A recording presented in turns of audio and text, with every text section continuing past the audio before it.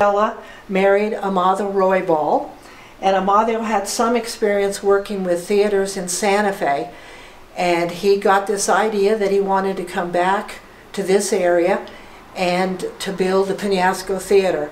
I don't know how well documented it is, but the family stories say that he wanted the building materials, but he wanted them local. So he put out the word, anybody who makes adobes, this is the size I want, anybody who makes adobes, we will pay, you know, who knows what the amount was, 10 cents, 5 cents, 15 cents per adobe. And so a lot of this structure apparently was built with community-made adobes. Nobody went in those days to Espanola to an adobe place and bought them. They were done locally. So my uncle and, of course, my aunt, not only was the theater a social and cultural hub for the area, there was economics tied to this facility. They hired a projectionist. I know my cousin Josephine, they ran the little concession stand, but there were other things that were done by local people. So it was an economy booster also. And my uncle, in those days the films came in very large reels. I can remember them coming in gray cases. And because the theater projection machine was run by, I believe it was a flaming cylinder of phosphorus, those things need to be changed midpoint, and as did the reels. So during that time I can remember, and I do remember this, my Uncle Amado would be on the stage. He had a huge tumbler. He would be tumbling that, and you would look at your ticket, and there were prizes, money, prizes to be won. That was an incentive to people to come here to the theater, of course. But it was also an opportunity for someone to get a little bit of money. And during that time he would make announcements.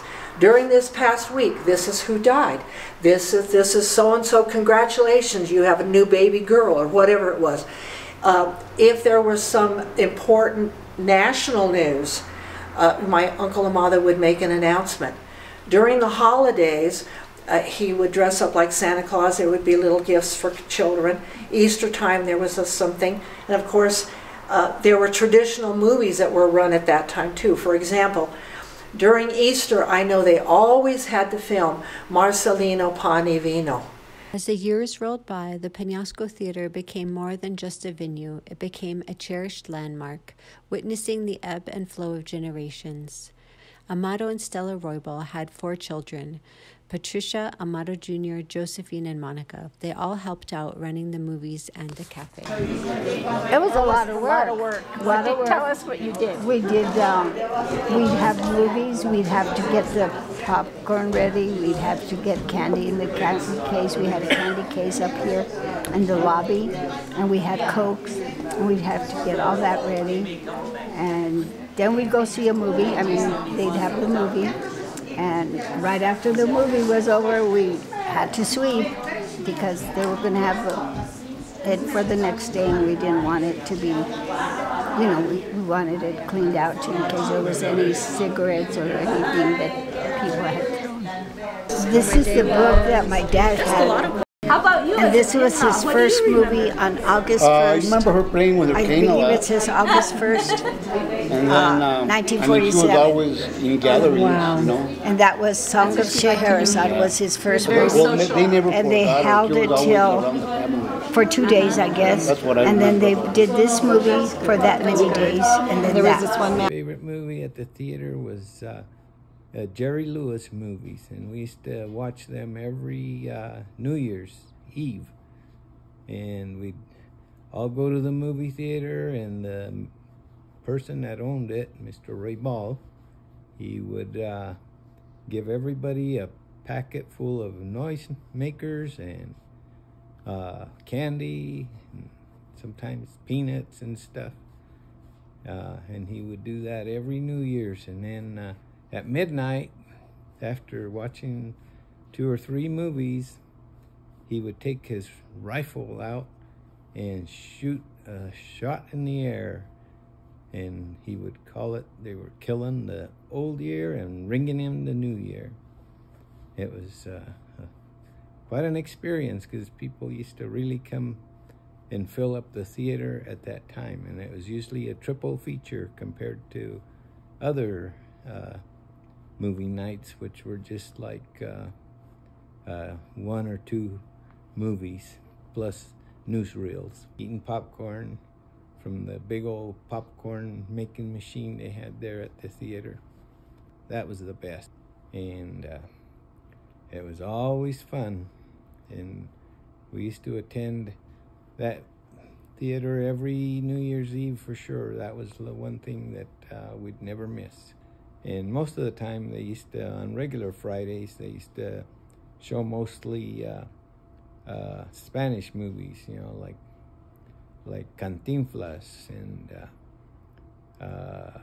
other kind of Western Spanish or Mexican movies. Yeah, every year for New Year's they would have like 3 different movies all the way to midnight, and we usually would go to see the Three Stooges or a bunch of different movies.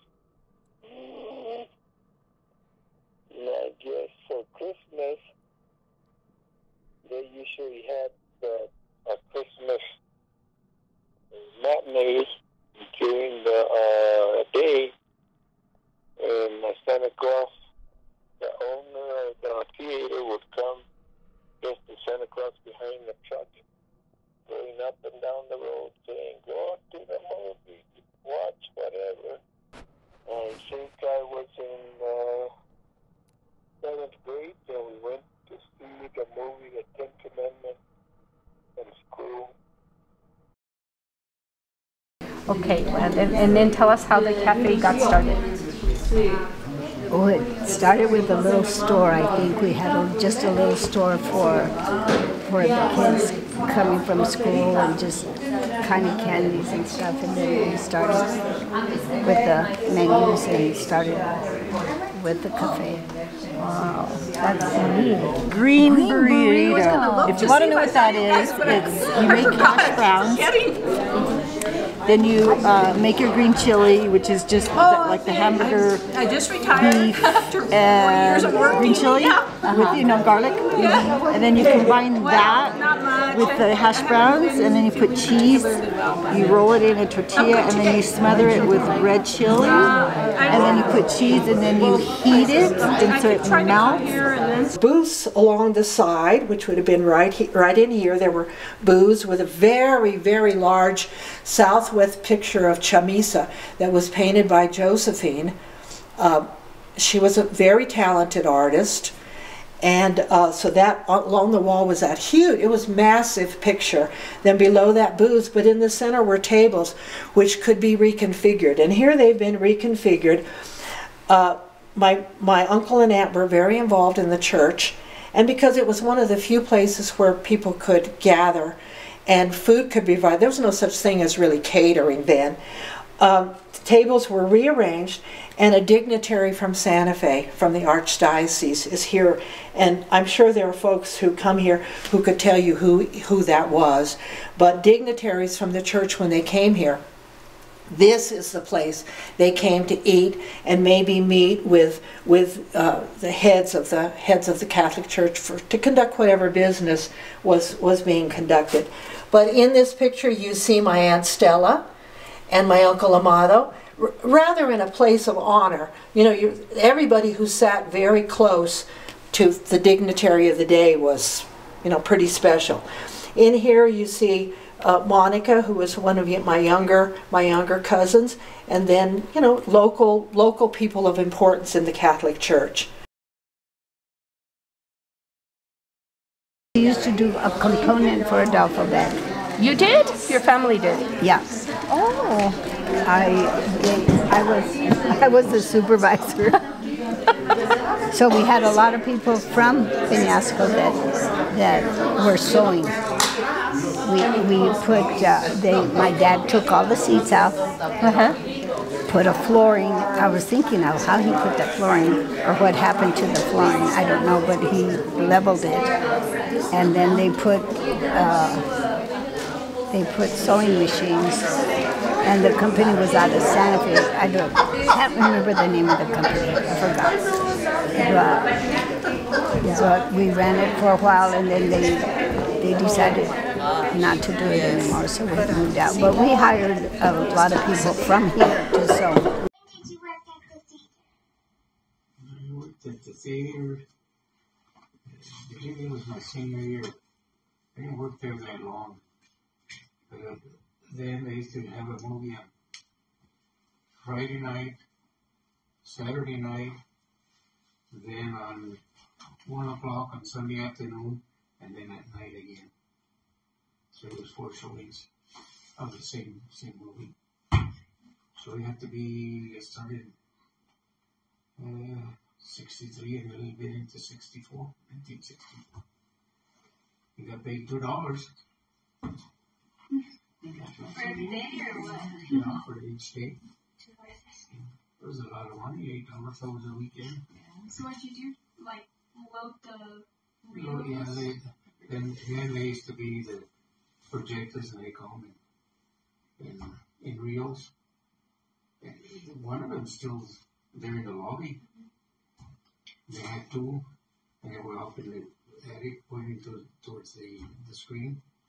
So you load, let's say the movie was 3 reels. You load one, and that would be running. And you'd have the other one ready.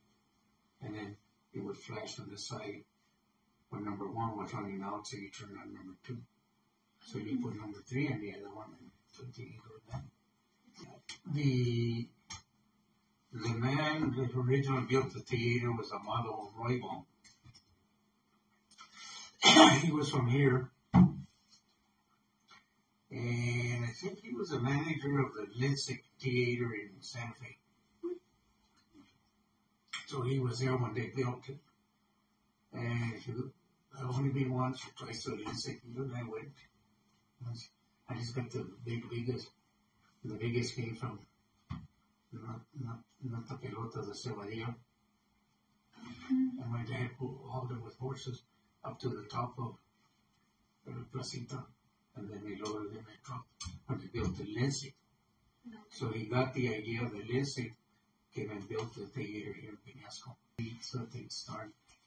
And then later on, he sold it to Guillermo Gonzalez. He's still alive. And Amado moved to Albuquerque. That's where he died. The story was Amado offered to sell it to me for $80,000.